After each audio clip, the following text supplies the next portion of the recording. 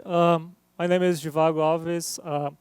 So I see that many of you don't actually program in Elm, and hopefully at the end of the talk, I'd like you guys to try it out a little bit more. So, okay, this is building web apps in Elm. Just a little bit about my background. I'm a developer at Stack Builders, which is a software consulting agency specializing in Haskell and Ruby development. I'm from Brazil, but I don't know how to dance samba. Yeah, actually, that's something that I need to learn. But I believe that hopefully one day I'll be able to. So this is some of the topics that I'm going to talk about. And so I'm going to talk about the problem with rich web-based apps, and a little bit about Elm, the syntax and the types. Also, the architecture that I use to architect Elm, and actually to architect. This is not working well. Sorry. Okay. Thanks. So, okay. I was talking about the Elm architecture. I'm going to talk a little bit about how you can use this pattern to architect your application, right? And then I'm going to talk about how you can communicate between the program, between parts of your program, and with Mailbox, and then trying to show you how you can consume APIs with the idea of tasks.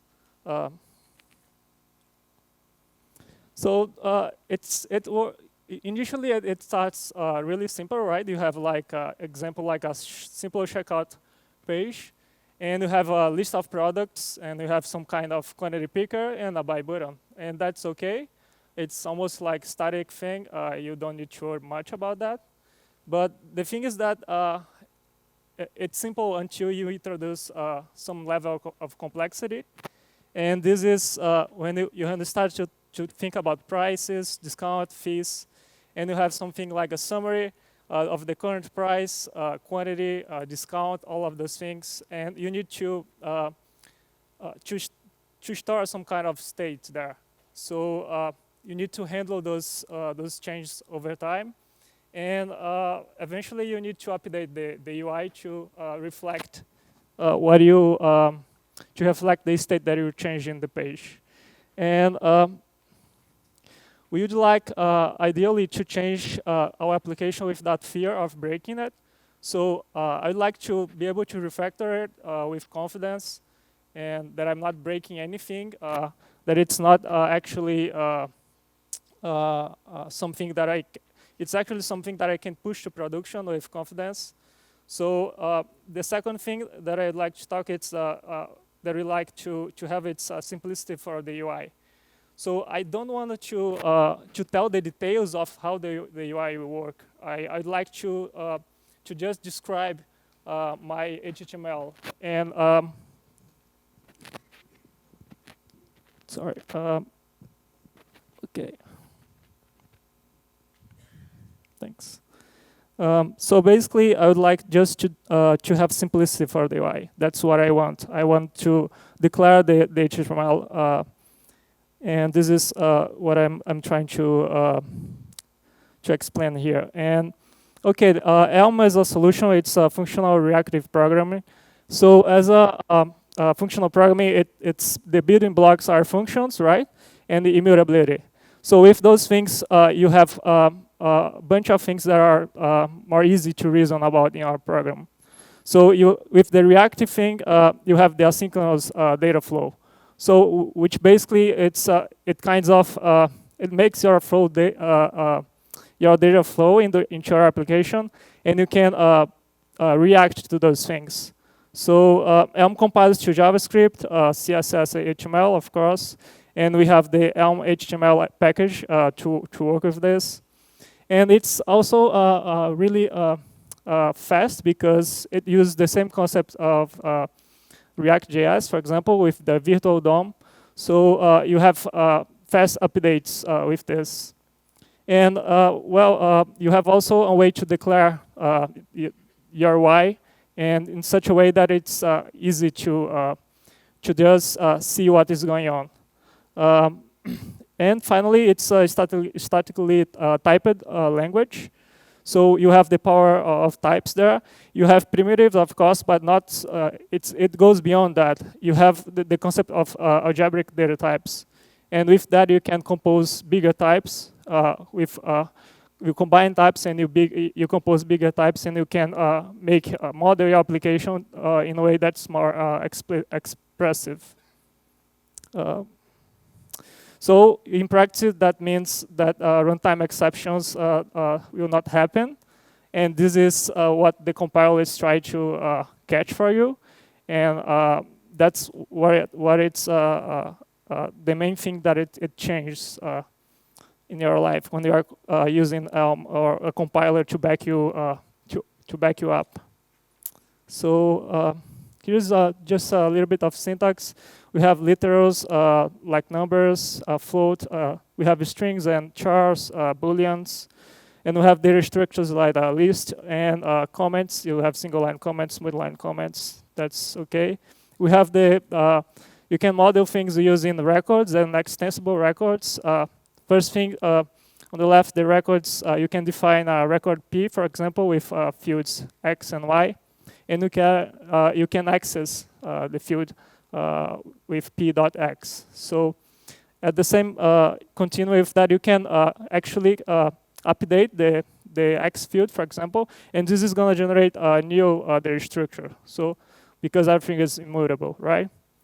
And you have the concept of extensible records. This is really powerful because you can define an interface, a kind of interface for your record, but you can build up on it by extracting a field or adding more fields. And that's the concept of the extensible records. You have functions. You can have anonymous functions, just like more or less what you see in Haskell, for example. You can give it a name like double or square, and you can use mapping from modules like list. And here we are mapping the square function over the lists, right?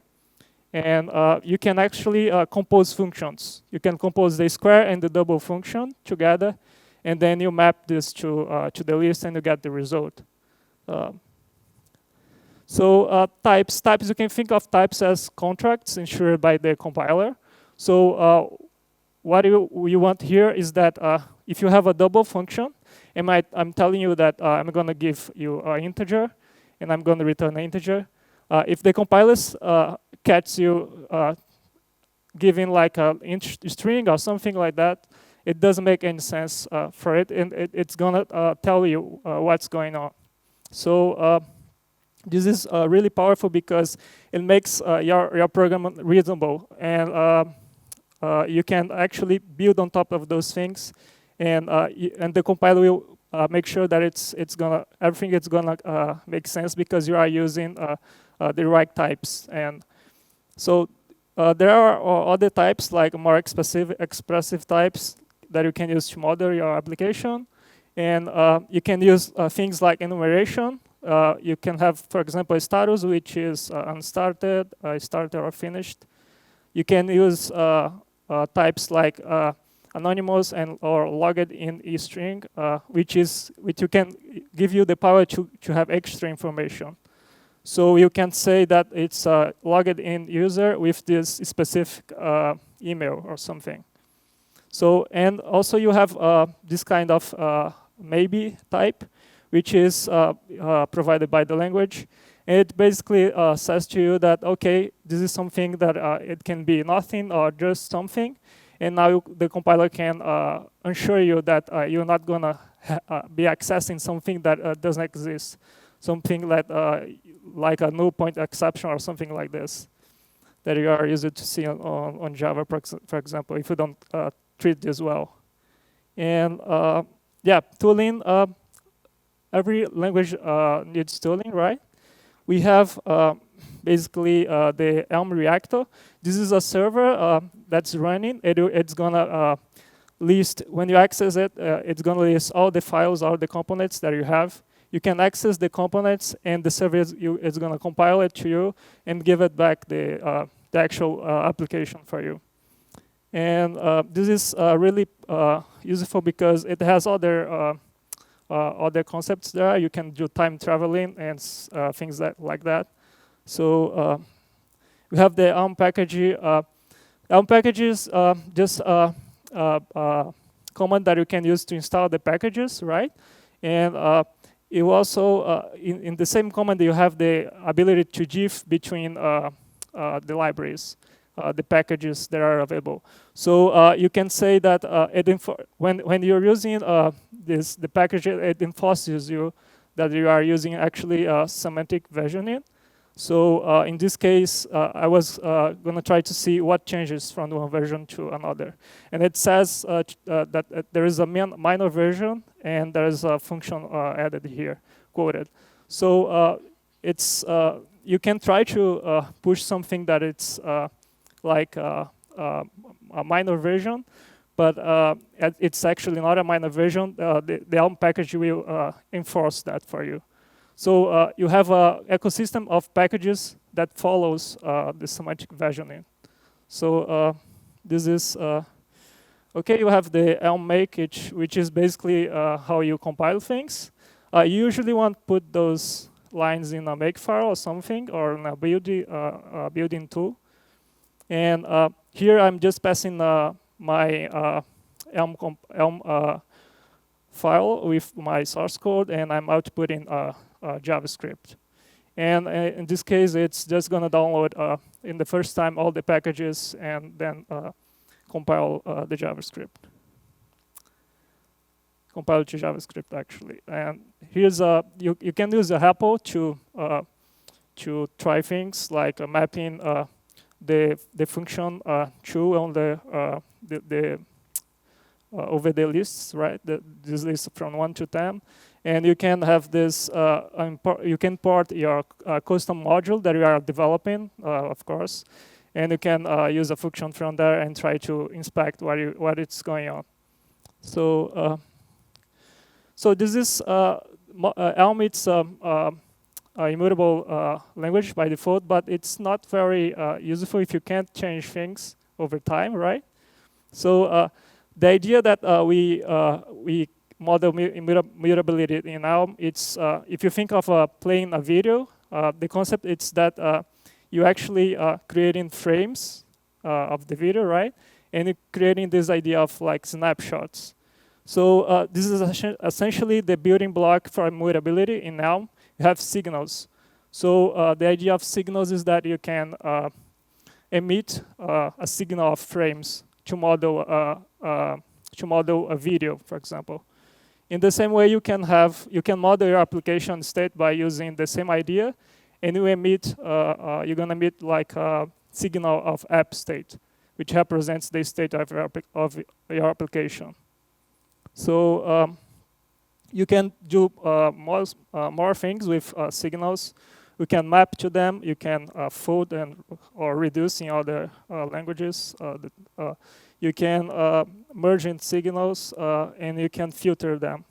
So the first example is just you have the mouse dot is down. This is a signal that Elm provides you, and you can apply the not function, right, to this signal, and then you have you can react to those signals that are coming, and then applying this function over it. And the same goes for the other functions. So now I'm going to talk a little bit about the Elm architecture. This is kind of a pattern that usually people follow because it's more easier to understand what's going on in your application. And the idea is that we have the concept of the model, right? And with the model, you have the concept, you pass this to a view function, and the view function will return an HTML for you, this abstraction for you. So the other thing that composes the architecture is the update function. It takes a model and takes an action that it's gonna change the model, right? And then it outputs a new model for you. So this is pretty much the basic architecture. If you think of a simple example like a list of histories, like the Hacker News website, if you think of how to model to architect the model part of this, you're gonna probably extract some history there, and you can use the records to define the history. And you have the fields there, and you have all the types, and you can map this to what you're gonna have inside of your application. In the same way, you can have the idea of the app state as a list of histories, right? And that's where I'm gonna using here like a record that has a field histories, and it's a list of history. And the second part, it's the view.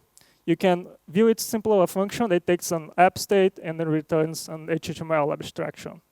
So you can think of taking the app state, looping through the histories, and then for each history, creating the list item.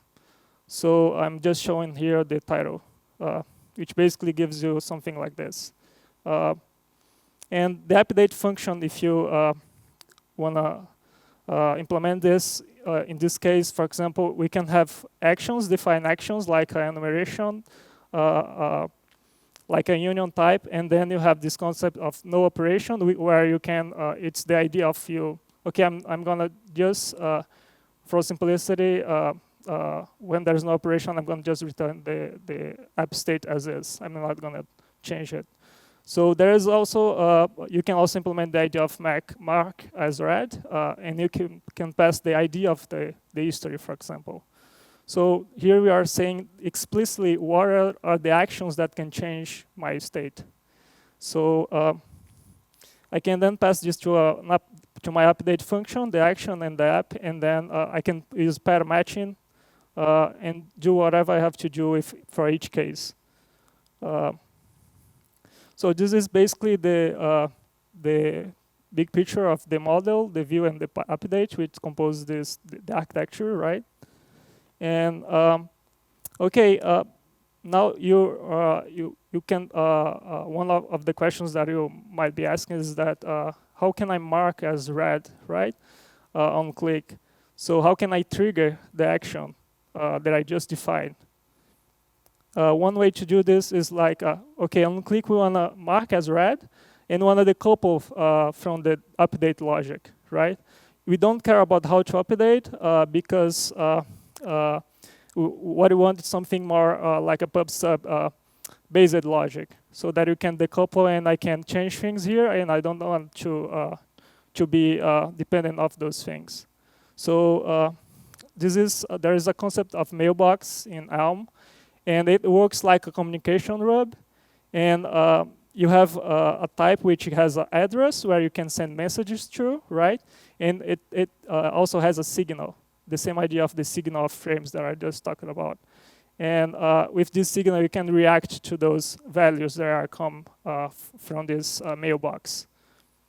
So I can define a mailbox with something like this, with no operation as default. And I can actually, in my view history, I can pass the address of a mailbox. And then on click, I can send a message to this address. And this message, the compiler will make sure that I'm using the right messenger. And when I'm reacting to those things, I'm actually making sure that everything is explicit. So if for some reason I have to update this, the compiler will tell me that I have to update the other place. Imagine that you have big files or a huge amount of modules. This is really, it's really easy to do refactoring with a compiler helping you with this. So if you compare this with PubSub framework or in JavaScript, for example, the types make the protocol explicit, like I said before, and the compiler ensures that you're actually talking the right protocol. So the idea of consuming APIs, right? We have with this is an example where you are okay. You have to consume the APIs from somewhere, and you want to decode the response, right? You want to ideally make this response into internal types, right? Because those types are, the compiler will guarantee some things for you. So if you can map them to the internal types, this is it's going to bring you some advantages. So for this reason, we don't want to allow invalid state. So the idea here as well, we want to handle errors, right? We want to give some feedback if it's something that's wrong. And one of the concepts in Elm that you can do that, it's by using tasks. Tasks are asynchronous operations that can fail. So you are explicitly saying that, okay, this is gonna do something. If it's gonna be a successful operation, I'm gonna do that. And if it's failing, it's gonna fail with those errors. So examples of those things are HTTP requests, right? Navigating to the browser history. And here's an example that I can define in where I'm defining a task and to fetch the history. And basically, I'm doing like HTTP request here, get, and to a URL, the history URL. And there is a decoder that I'm going to explain later. So you can actually chain tasks, right? You can fetch a history and then chain this and emit a new history, for example. And this is right below there is the emit new history definition. In this case, I'm just going to send to an address, to a box, a mailbox. And then somewhere else, this is going to be handled, right? In the same sense, I can deal with the cases where there are failures. And in this case, I'm going to fetch the history, but I'm not going to emit it because the end-then function, it's not going to pass this to emit new history. So it's the function that is gonna handle its own error, right? It's gonna emit the API error.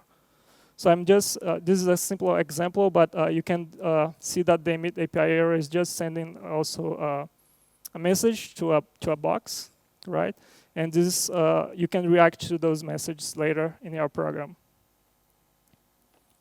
Okay, the idea of the decoders, this is really important because when you, the idea is that you turn input into internal types, and since your compiler can actually verify things for you, you can now, as soon as you don't allow invalid data inside of your program, you can reason about this, and you can make sure and give some, you have some assurance that things are going to work following those contracts in those types. So let's just see the history decoder. And the history decoder is just grabbing the JSON, right, and mapping the columns of the fields in the JSON object to my internal type, which is a history. And then now I have a history, which is a type that I'm dealing with internally. And I can do whatever I want to do there, and the compiler will help me with that. If I have some error here, if the API is changed, or if there is something that it's that is not valid, right? The decoder is not gonna parse this well, and what's gonna happen is that your application is not gonna fail. There is no runtime exception in this case, because you are handling the errors, right? And you're not allowing invalid state to goes into your application. So this simplifies your life. Okay, let me see. I have some packages that I'd like to talk about, but I don't have enough time. So I have there's this package that is really cool, the Parcel Library, and this is like you don't have to deal with rejects anymore. You can use this. Imagine that you can parse an email in a form, and this email it's inside of a CSV format or something like this. You can describe this in a declarative way without no rejects, right? And this is really easy to understand. And I put an example of a CSV parser here that you can take a look at it later. And there is also the concept of undo and redo. With this package, you can, with the concept of of the signals and the mutability, right? You can easily undo things. If you keep this in a list or some data structure, you can undo the state of your application really easy with this concept. And the last thing that I want to mention, it's the property-based testing library. This is a part of QuickShack from Haskell into Elm. And this one is also important because recently we are running this property-based testing in the Parcel Library, and we found a bug that it was quite impossible to guess if you had been using like unit testing case by case. So this is like it generates a bunch of tests for you, and then it runs billions of outputs, right, or 100 of outputs, and then it's gonna make sure that the property holds for all of them. Here are some just a couple of references. The docs from Elm. They are really good. They are improving more and more the docs. We have the paper. If you wanna dive more into the functional reactive programming concepts, you can try to take a look at this paper. It's really good. And there are a lot of good examples on the website, right? Let me see. Okay, that's all I got. Do you guys have any questions? So who wants to be first? So I've got one here. So okay, one. Okay. Should I go first? Sorry. Can you say something about PureScript and how it compares to Elm? Yes. Yeah. But yeah, PureScript compiles to Elm, but it allows, if I'm not mistaken, it allows you to put strings of JavaScript inside of your program, which essentially it's basically allowing you to put things that might not be correct in terms of types. So you break your reasoning when you do that, kind of. So the idea here is that the interoperability that Elm provides you with the outside world, it's by ports, right? You define those things, and you can make sure that the compiler will it will make sure that everything gets matching, right? The signatures, the types, all of those things, and then you can, from now on, you can rely on that and make assumptions, and the compiler will help you to catch problems with that. So there's just difference. You can you have you don't allow to invalid state or something that might broke your application go inside of your program.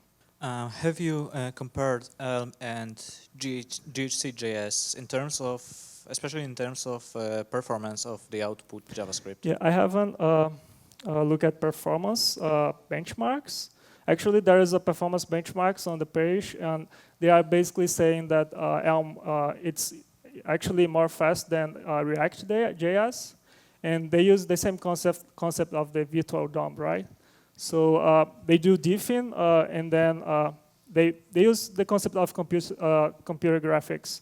You do diffing in memory, which is more, we're going to save you some time, and then when you have this result, you then apply to the DOM on the page, which is more gonna give you more cost. Hello, I have 3 questions actually. So yeah, the first one is about this HTML which you generate. If I got it right, your HTML template is kind of a function which... Yes. Yeah, so what if you have like, you know, bigger templates for your main layouts and also for some bigger pieces? Can you use some tool to generate those functions for you from the static HTML? You could use those. I mean, you could write those. You could make a program to write your templates, right?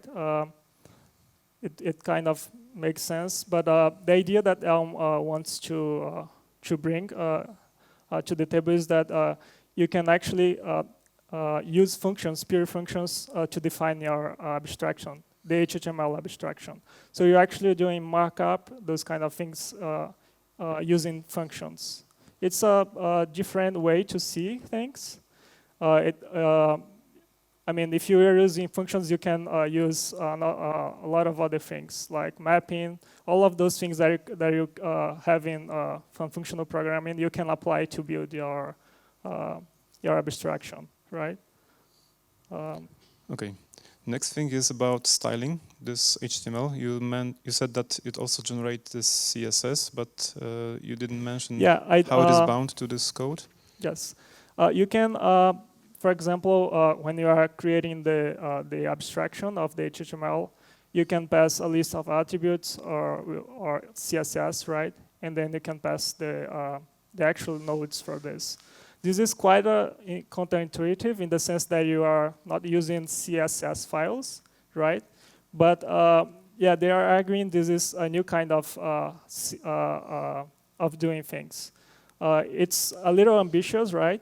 I haven't done CSS much in this kind of architecture, but yeah, the idea is that you can use functions to generate the list of background, the list of styles, right, that you apply to your HTML. And in the same way, you have the power of composing those functions. You can generate new other functions, and then you can build the whole website, the whole CSS based on that. Okay, and the last question is about those decoders. Do you have to map all properties which come from response, or can you map the response partially? Like if you are interested in like two properties from the response. Yeah, you can even have the notion of maybe there. So you can say that, okay, this response is gonna have this attribute or not. And then you map this to a maybe type inside of your program. And then you can paramatch and react to those things. The other, yeah, you can do that. I mean, if you imagine like the Twitter API, for example, if you ask for a tweet, you get lots of data. You might not be even interested in like 99% of them, and you want to only have one. In JavaScript, normally you would probably use just property or two, and get rid of the rest. And probably mapping all of them will not be what you want to do. Yeah, in this example, I'm not mapping all the fields in the API. I'm only mapping the fields that matters for me, that I'm going to deal with in my application. Anyone got one more question? Okay. So thanks, Jivago, again. Thank you.